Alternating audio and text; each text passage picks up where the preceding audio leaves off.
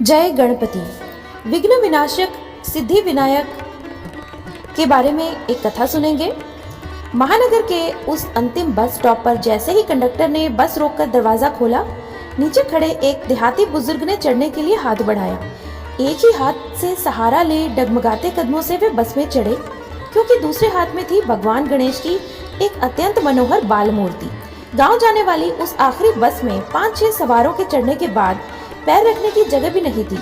बस चलने पर हाथ की मूर्ति को संभाल उन्हें संतुलन बनाने की असफल कोशिश देख जब कंडक्टर ने अपनी सीट खाली करते हुए कहा कि दद्दा आप यहाँ बैठ जाइए, तो वे उस मूर्ति को पेट से सटा आराम से उस सीट पर बैठ गए।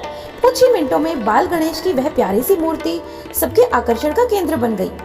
अनायास कुछ जोड़ी हाथ श्रद्धा से उस पर और जुड़ गए। कंडक्टर पीछे के सवारियों से पैसे लेता दद्दा के सामने आकर खड़ा हुआ और पूछा, कहाँ जाओगे दद्दा? उन्होंने जवाब देते हुए पैसे निकालने की असफल कोशिश की। उन्हें परेशान होता देखकर कंडक्टर ने कहा, अभी रहने दीजिए, उतरते वक्त दे दीजिएगा। फिर एक बार फिर दद्दा गणपति की मूर्ति को पेट से सटाकर आश्वस्त होकर बैठ गए।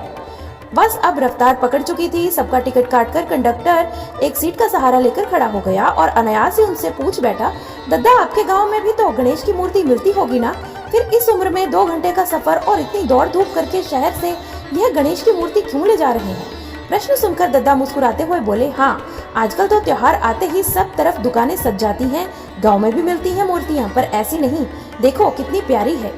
फिर संजीदगी से कहने लगे, यहाँ से मूर्ति ले जाने की भी एक कहानी है बेटा। दरअसल हम पति पत्नी को भगवान ने संतान सुख से वंचित रखा। सारे तंत्र मंत्र कर लिए, फिर नसीब मानकर स्वीकार कर लिया और काम धंधे में मन लगा लिया। 15 साल पहले किसी काम के सिलसिले में हम दोनों इसी शहर में आए थे। गणेश पूजा का त्योहार नजदीक था, तो मूर्ति और पूजा का सामान खरीदने हम यहाँ बाजार आए। अचानक पत्नी की नजर एकदम ऐसी ही मूर्ति पर पड़ी और उसका मातृत्व जाग उठा। मेरा बच्चा कहते हुए उसने उस मूर्ति को सीने से लगा लिया। सालों का दर्द आंखों से बह निकला और मूर्तिकार भी यह देखकर भाव विह्वल हो गया और मैंने उससे हर साल इसी सांचे की हूबहू ऐसी ही मूर्ति देने का वादा ले लिया। बस तभी से यह सिलसिला शुरू है। 2 साल पहले तक वह भी साथ आती रही अपने बाल गणेश को लेने, पर अब घुटनों के दर्द से लाचार है। मेरी भी उम्र हो रही है, फिर भी सिर्फ 10 दिन के लिए ही क्यों ना हो, उसका सुख नहीं छीनना चाहता। इसीलिए वह अपने बाल गणेश को बड़े जतन से मैं अपने घर ले जाता हूँ। तब तक आसपास के लोगों में अच्छा खासा कौतूहल जाग उठा था। कुछ लोग अपनी सीट को से झांककर, तो कुछ उचककर मूर्ति को देखकर मुस्कुराकर हाथ जोड़ने लगे। तभी पिछली सीट पर बैठी महिला ने पूछा, दद्दा फिर विसर्जित नहीं करते क्या मूर्ति? दद्दा ने कहा, अब भगवान स्वरूप स्थापित कर विधि विधान से पूजा करते हैं तो विसर्जन भी करते हैं, पर इस वियोग के कारण इन 10 दिनों में उनके हृदय में मानो वात्सल्य का सोता झरना फूट पड़ता है। अभी भी आम के तोरण से द्वार सजाकर वही राह देखती बैठी होगी। पहुंचने पर राई और मिर्च से कड़क नजर उतारती है। और पूछो मत, छोटा सा लोटा, गिलास, थाली, चम्मच सब कुछ है बाल गणेश के पास। यही नहीं, रंग बिरंगे छोटे कपड़ों का एक बैग भी बना रखा है उसने। जब तक संभव होगा उसे यह सुख देता रहूंगा। यह सुनकर हर किसी की आंखें नम हो गई। बस निर्बाध गति से आगे बढ़ रही थी और दद्दा का गांव आने ही वाला था। इसलिए उन्हें मूर्ति संभालकर खड़े होते देख पास खड़े व्यक्ति ने कहा, लाइए मूर्ति मुझे दे दीजिए।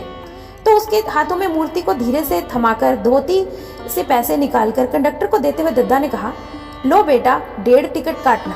यह सुनकर कंडक्टर ने आश्चर्य से कहा, अरे आप तो अकेले आए हैं ना, तो फिर ये 1.5 टिकट? दद्दा ने मुस्कुराते हुए कहा, दोनों नहीं आए क्या? एक मैं और यह मेरा बाल गणेश।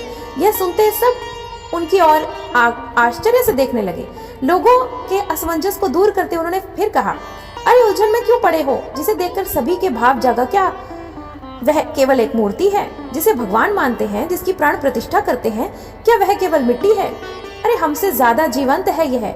हम भले ही उसे भगवान मानकर उससे हर चीज मांग लेते हैं, पर उसे तो हमारा प्यार और आलिंगन भी चाहिए। यह कहकर दद्दा का कंठ भावातिरेक से अविरुद्ध हो गया। उनकी बातों से मंत्रमुग्ध होकर कंडक्टर ने इस अनोखे प्रेम के वात्सल्य के सागर में सब लोग गोते खा रहे थे और उनका गांव आ गया। एक झटके से बस रुक गई और 1.5 टिकट के पैसे कंडक्टर ने काटकर बचे पैसे उन्हें थमाकर आदर से दरवाजा खोला।